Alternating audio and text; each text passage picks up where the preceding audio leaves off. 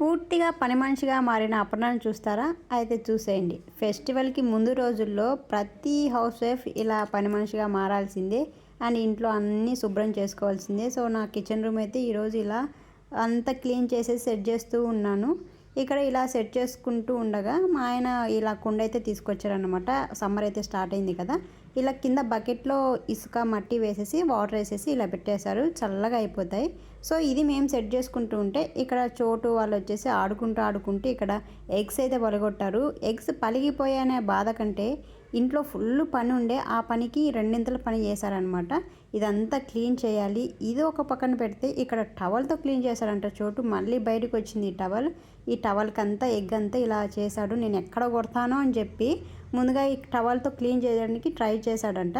Exams అయిపోయి ఇంట్లో ఖాళీగా ఉన్నారు. ఖాళీగా ఎందుకని చెప్పి నాకు ఒకటికి 2 పనులైతే పెట్టేస్తున్నారనమాట. 2 దెబ్బలేస్తే లాస్ట్‌కి ఇలా సెట్ అయిపోయారు. రియాన్సీ, చోటు ఇలా చదువుకుంటూ ఉన్నారనమాట. నా వీడియో నచ్చితే లైక్ చేయండి గైస్.